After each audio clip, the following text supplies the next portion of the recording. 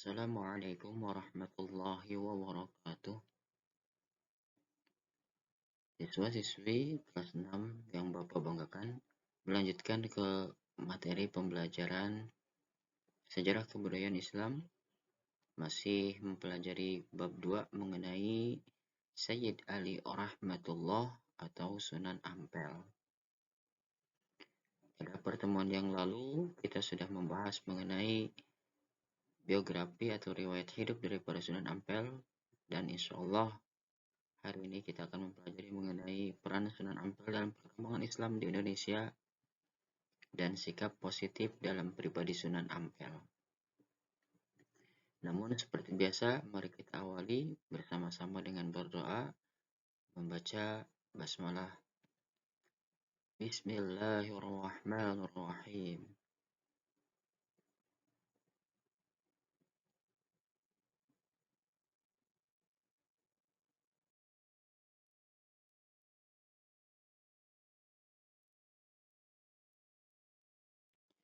Seperti biasa, untuk tata tertib sebelum belajar, untuk kehadiran mengisi akun pada link yang sudah ditentukan. Amaliyah yaumiyahnya jangan lupa diisi. Untuk karakter siswa, silakan di sini dibaca sendiri ya.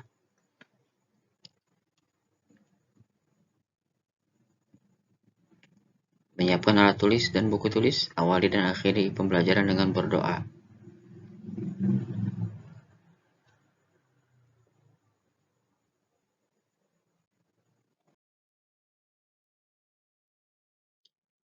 Baik, anak-anak sekalian, peran Sunan Ampel dalam perkembangan Islam di Indonesia. Dalam melakukan dakwah Islam di daerah Jawa, Sunan Ampel punya peran penting dalam pengembangan syiar Islam, yaitu yang pertama, membentuk jaringan kekerabatan dalam menyebarkan Islam. Membentuk jaringan kekerabatan dalam menyebarkan Islam.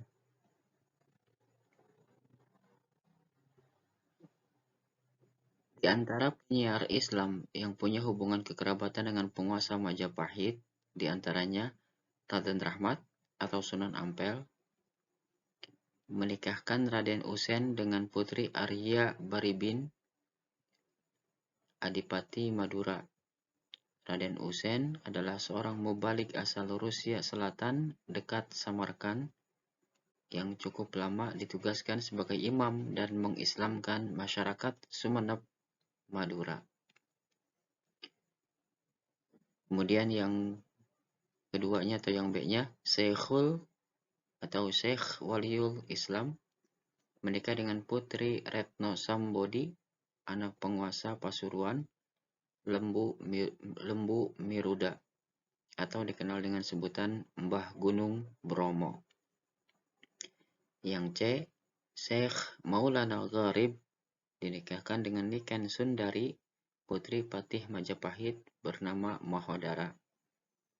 Yang D, Putri Sunan Ampel, adik Mas Murtosiah, dinikahkan dengan santrinya Raden Paku atau dikenal dengan Sunan Giri. Begitu pula putrinya Mas Murtosimah dinikahkan dengan Raden Patah yang menjabat Adipati Demak. Ini anak-anakku sekalian, peran Sunan Ampel dalam perkembangan Islam di Indonesia. Yang pertama, beliau membentuk jaringan kekerabatan terutama dengan keluarga-keluarga kerajaan. Tujuannya adalah untuk memperoleh jalan kemudahan dalam menyebarkan ajaran Islam.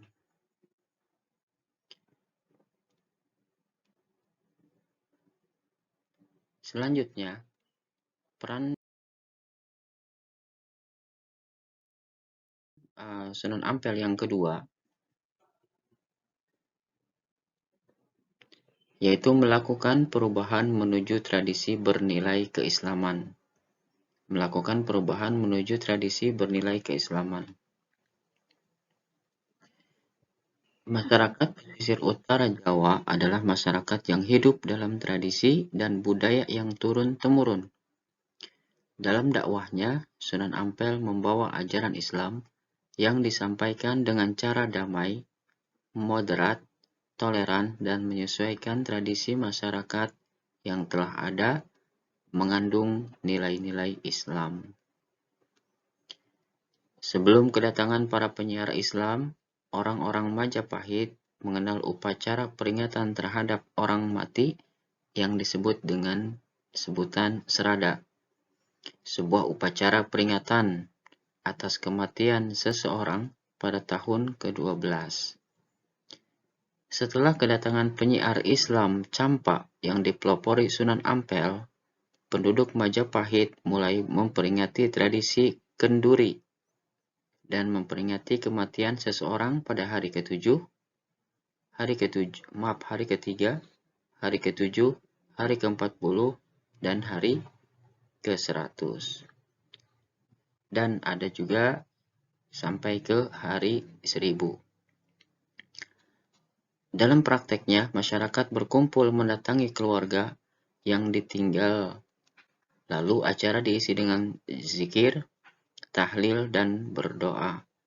Tradisi keagamaan ini bukanlah berasal dari ajaran Hindu-Buddha, tetapi merupakan tradisi keagamaan Muslim Campak yang dikenalkan Sunan Ampel.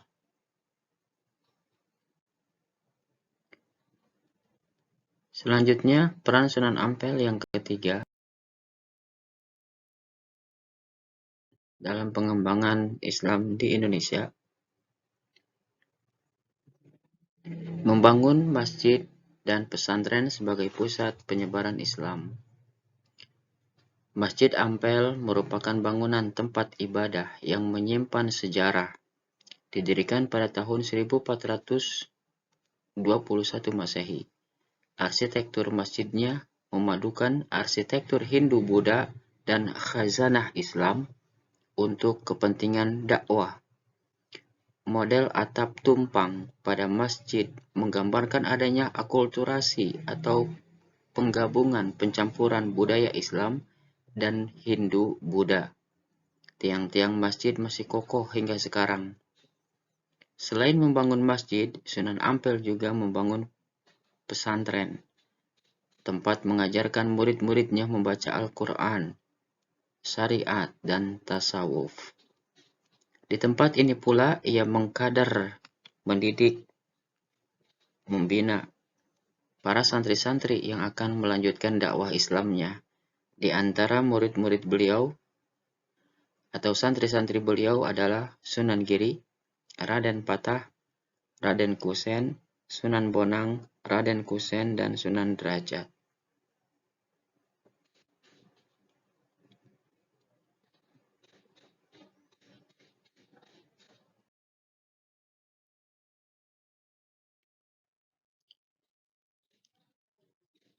Adapun ajaran Sunan Ampel yang banyak dikenal atau yang terkenal adalah falsafah limo. Falsafah limo atau mungkin lebih dikenalnya dengan sebutan larangan, 5 larangan, ya. Jadi tidak melakukan 5 hal atau larangan untuk melakukan 5 hal. Apa saja 5 hal itu? Yang pertama adalah moh main. Moh main itu artinya dilarang atau tidak boleh berjudi. Kemudian yang kedua, moh ngombe atau tidak mabuk-mabukan. Dilarang untuk mabuk-mabukan. Yang ketiga yaitu moh maling atau tidak mencuri. Dilarang untuk mencuri. Kemudian yang keempatnya adalah moh madat atau tidak menghisap candu. Candu di sini kalau zaman sekarang itu disebutnya narkoba, ya.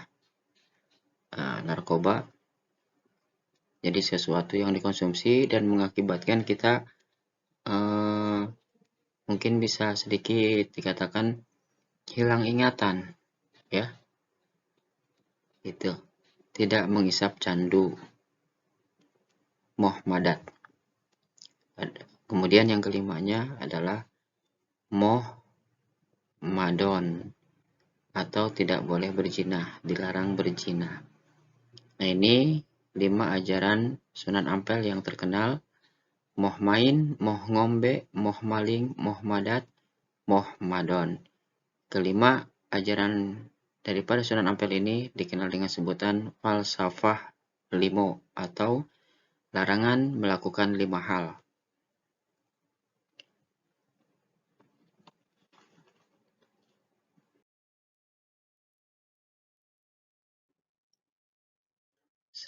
Selanjutnya, sikap positif dalam pribadi Sunan Ampel. Dalam usaha menyebarkan dan mengembangkan dakwah Islam di Indonesia, Sunan Ampel patut menjadi teladan dalam sikap positif yang ditunjukkan. Di antaranya, berdakwah dengan santun penuh kearifan, dengan tanpa caci maki terhadap pendapat dan agama lain. Yang keduanya, toleran dan selalu menjalin hubungan baik dengan semua kalangan. Yang ketiganya, sosok pemimpin yang merangkul tanpa memandang kasta, kedudukan, dan jabatan.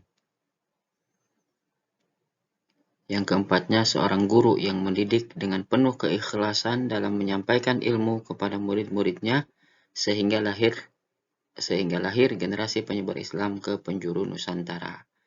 Ini anak-anakku sekalian, beberapa sikap positif dalam pribadi Sunan Ampel: berdakwah dengan santun penuh kearifan, ya, dengan tanpa caci maki terhadap pendapat dan agama lain, toleran dan selalu menjalin hubungan baik dengan semua kalangan, sosok pemimpin yang merangkul tanpa memandang kasta, kedudukan, dan jabatan, seorang guru yang mendidik dengan penuh keikhlasan dalam menyampaikan ilmu kepada murid-muridnya sehingga lahir generasi penyebar Islam ke penjuru Nusantara.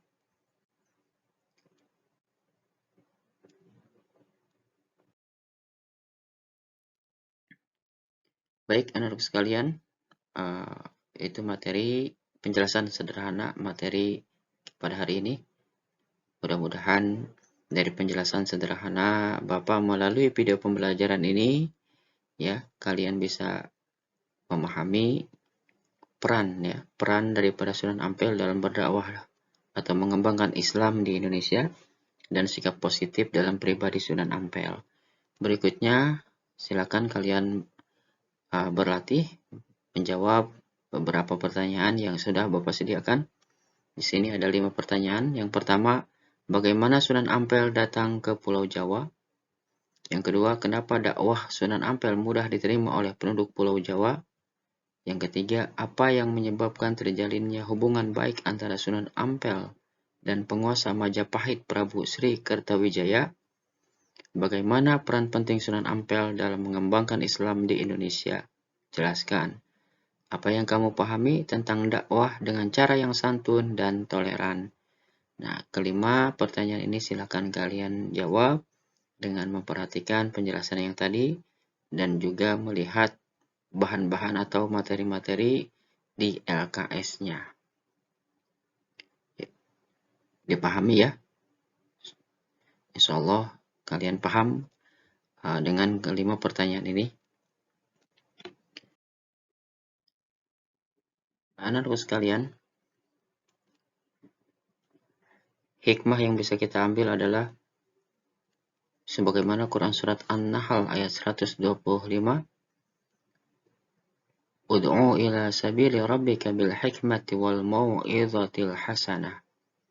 Serulah manusia ke jalan Tuhanmu dengan hikmah atau perkataan yang tegas dan benar dan pelajaran yang baik, ya, dan pelajaran yang baik atau nasihat yang baik, dan bantahlah mereka dengan cara yang baik, ya. Ud'u ila sabili rabbika bil hikmati wal mau'izatil hasanah wajadilhum billati hiya ahsan. Quran Surat An-Nahl ayat 125. Anak-anak yang soleh dan solehah, demikian materi hari ini. Semoga niat dan usaha kita dalam menuntut ilmu senantiasa mendapatkan ridho dan berkah Allah Subhanahu wa Ta'ala. Tetap semangat belajar di rumah dan jaga kesehatan. Terima kasih, mohon maaf. Wassalamualaikum warahmatullahi wabarakatuh.